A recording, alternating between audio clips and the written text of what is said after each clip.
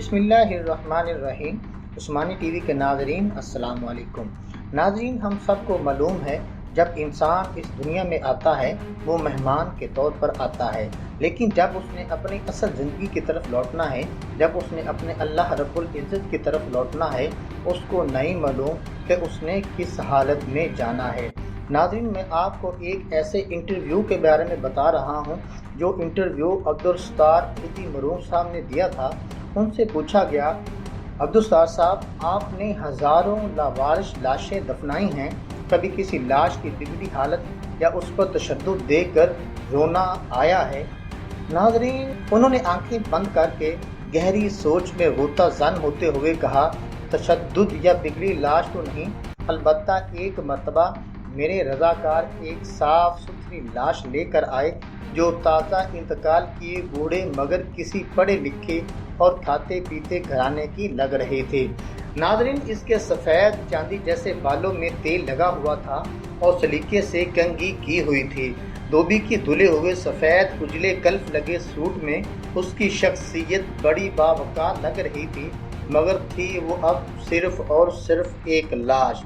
ناظرین، ایدی صاحب پھر کچھ سوچتے ہوئے گویا ہوئے، ہمارے پاس روزانہ کئی لاشیں لائی جاتی ہیں، مگر ایسی لاش جو اپنے نقش چھوڑ جائے کم ہی آتی ہیں۔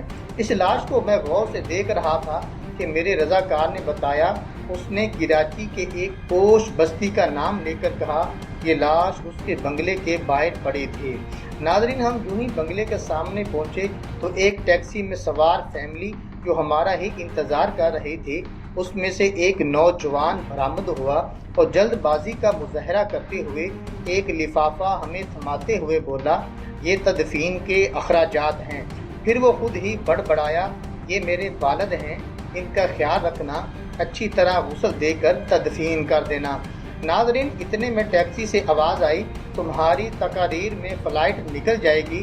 یہ سنتے ہوئے نوجوان پلٹا اور مزید کوئی بات کیے ٹیکسی میں سوار ہو گیا اور ٹیکسی فراٹے برتی ہوئی آنکھوں سے اوجھل ہو گئی۔ ناظرین، ایدی صاحب بولے، اس لاش کے متعلق جان کر مجھے بہت دکھ ہوا اور میں ایک بار پھر اس بد قسمت شخص کی جانب دیکھنے لگا تو مجھے ایسا لگا جیسے وہ بازو اٹھائے میری طرف درخواست کر رہا ہے، ایدی صاحب، ساری لاوارث لاشوں کے وارث آپ ہوتے ہیں، مجھ بد قسمت کے وارث بھی آپ بن جائیں۔ ناظرین، ایدی صاحب نے کہا کہ میں نے فوراً فیصلہ کیا، اس لاش کو غسل بھی میں دوں گا اور تدفین بھی خود کروں گا۔ پھر جو ہی غسل دینے لگا تو اس جلے جسم کو دیکھ کر میں سوچ میں پڑ گیا، جو شخص اپنی زندگی میں اس قدر معتبر اور حساس ہوگا، اس نے اپنی اولاد کو کتنے نخروں سے پالا ہوگا۔ مگر بیٹے کے پاس تدفین کا وقت بھی نہ تھا، اس باپ کو قبر میں اتارنے سے زیادہ فلائٹ نکل جانے کی فکر تھی، اور یوں اس لاش کو غسل دیتے ہوئے میرے آنسو چھلک پڑے۔